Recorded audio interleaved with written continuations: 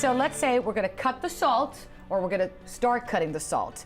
What do we replace it so that the food doesn't taste so bland? Bland, I know. That's a common complaint that I get from people. Yeah. But basically, it's thinking of alternatives. So what can we swap it with that will give us a lot of flavor without the salt? And there's so many different spices and herbs out there.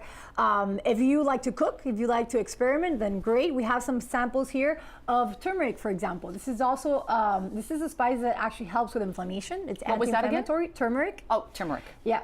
We have also red pepper. If you like something spicy, consider adding the spice to your food and reducing the salt to it so that you don't need as much. That's my favorite. I have a thing like that at home. It's my favorite. And that will increase your heart pressure, doesn't it? Yeah, your it does. Heart rate for that minute. And then garlic powder, I'm a huge fan of garlic.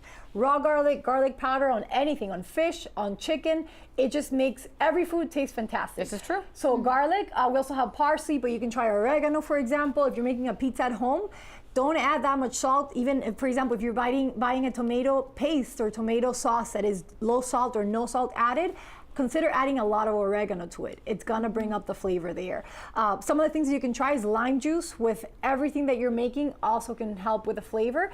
And if you are like me, that we don't necessarily know how to mix foods or we just have our go-to, there are some brands that are sodium substitutes. They don't have any salt added. So we have one example here. It says no salt.